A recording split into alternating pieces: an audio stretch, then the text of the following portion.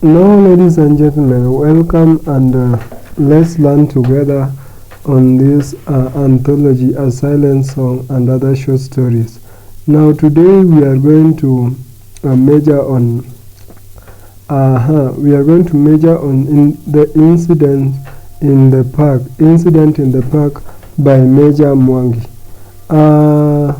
Let's check at the synopsis of the short story. The incident in the park by Meja Mwangi is a contemporary episode set in the city park and its environs, where most citizens, hustlers and workers spend most of their time as an outdoor recreation center. We know it is the popular Uhuru Park in Nairobi through its vivid description. Metaphorically described, the park is seriously affected by the drought in August, and there is a dirty lake at its base, and to the west, up the hill, a cathedral, modern fortress, and ministerial offices are overlooking the park below and across it is the city itself. A highway, that's Uhuru Highway, separates the park from the city, and on it there is a heavy traffic. In the east, there is a parliament and two city clocks are being seen. Therefore, the park provides a relaxing haven, chilling point, and a source of solace for the misplaced, lost, or frustrated masses flocking the city daily. This has attracted many people, including peddlers trying to make ends meet and idlers killing time here. The city hungry office workers also buy cheap snacks during the lunch hour and return to their stations. Others rush down to the river road to buy chips and roast meat as the loiterers watch the spectacle in a jiffy. Soon the park is left with a few idlers and peddlers. Under the slightest shade lie men sheltering from the scorching sun. Watch rowers paddling, reacting to the maximum that spectating is the next best thing to participating. A loafer keeps dropping debris to the fish pond despite the warning the inscription on the board. Another man joins him, and a dialogue ensues, and they share a secret. An incident erupts when two city constables demand to see the license of the ice cream man and a fruit seller. The old man helplessly searches and realizes he doesn't have it.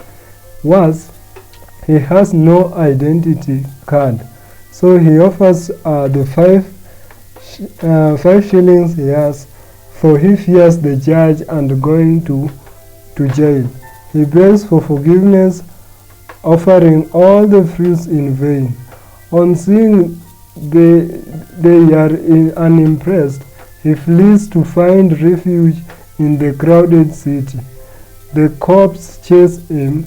He is nabbed by a man on the highway and eventually falls into a ditch. There, the poor man is condemned and heard of for being a thief. So very quickly, let's look at the problems of urbanization as one of the themes that are being seen or being gotten from the incident in the park. Problems of urbanization. Urban population growth driven by migration and searching for jobs has become a significant issue in cities like Nairobi. However, the masses end up frustrated due to a skills mismatch in the labor market, dwindling economy and poor governance. But every now and then, a misplaced person rose with a start, and that one you can find in page 7. In a few seconds, the 1,000 or so strong swarm had been swallowed up by the yawning concrete jungle. That's also found in page 7. Another one is that urban poverty is also witnessed as many remain loitering and idling, reminding the park loungers just how many hours they had wasted lying idle. A shaggy, thin man sat under a shrub, that's on page 7. Hairy loafer, that's page 8. The idler seated on the bank, that's also page 8. Torn trouser legs, page 8, and also horny toes in page 9. Next, we find that there is also evidence of poor hygiene. The park is littered with debris, cigarette ends, and bats. That's page 8 and 9. The two gentlemen share puffs on the cigarette. One offers a full cigarette, and smoking in this zone could be a form of escapism from their poverty. That you will find on page 10. Another one is another problem of urbanization.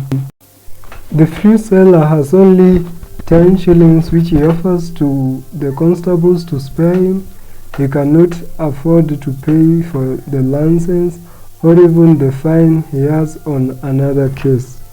So another theme is conflicts between the city authority and street hawkers. When the two constables accost and demand licenses from the ice cream man and the fruit peddler, they tell the merchant that he will only explain to the judge. The fruit seller already has a case and is trying to sell to avoid a fine. That's the fruit seller pleads with the constables, who say nothing. The fruit seller cursed them and their wives and children. And that's the evidence of the conflicts between the city authorities and street hawkers. Another theme is mob justice and oral social injustice. The fruit seller is lynched unknowingly by the park people. By the time the constable rein up, the fruit peddler lays like a broken and twisted ragdoll at the bottom of the ditch. That's on page 12. We also find that he cries and pleads for mercy in vain. He had drawn thick red blood over the sparsely bearded face.